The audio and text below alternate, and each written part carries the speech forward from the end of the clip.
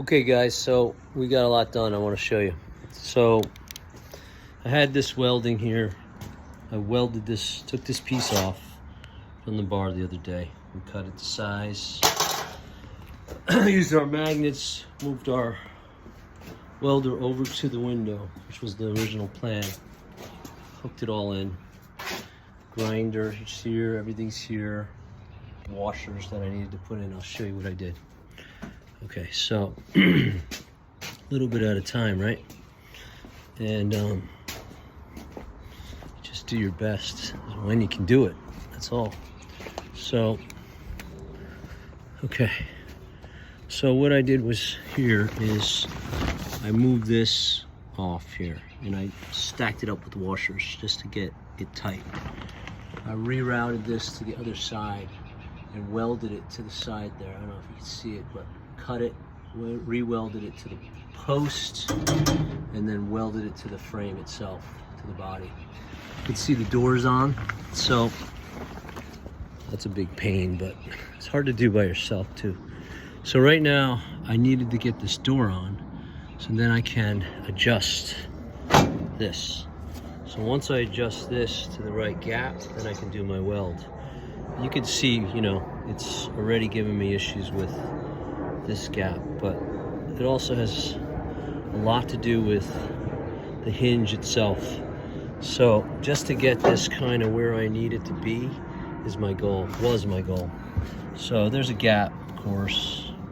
It's a big gap here, but you know, you're missing the metal there right now, the piece that covers this. But for now, gap is relatively good, you know, once you're pushing in a little bit.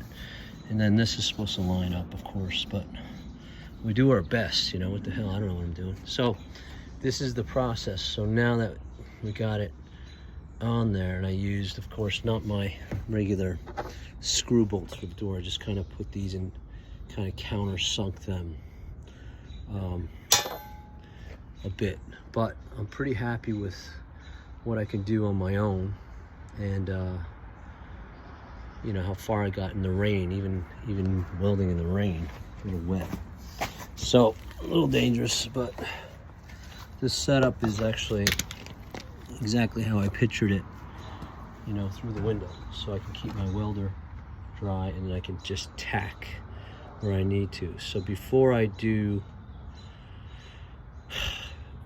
well, I mean, I think the next step for me is to, I mean, I could have put the door on without all the glass in there, a super heavy door, because of the glass inside.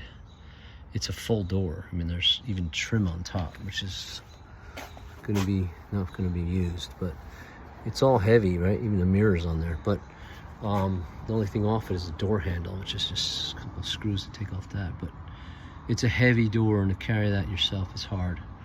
So, but it's a good door to use as a guide.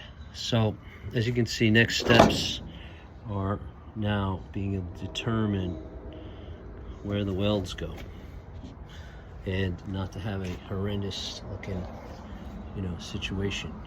If it's even pretty much to the naked eye, I'm pretty satisfied with that. The door does have some give and take as far as adjustments in and out, but this should be lined up better. But I don't know. I don't know really how I'm gonna figure that out. That doesn't lift because it's all up to the hinge too. So if you look at the hinge, you know, I just got these 3 up top, 3 on the bottom, and they are definitely adjustable. But this is gonna stabilize the way it should be, and now I can kind of get this with my knee up like that and weld it in. But they lift it up, you find its spot. Listen, if I have to tack the door temporarily, I'll tack the door. I don't care. Make it into a race car, tack the doors closed. No. But anyway, I got to do that in order to start the serious welding along the bottom here. This is just screwed in right now. So that's where we're at. I think it's gonna look okay. I don't know, no idea. First time, but It's the first time for everything.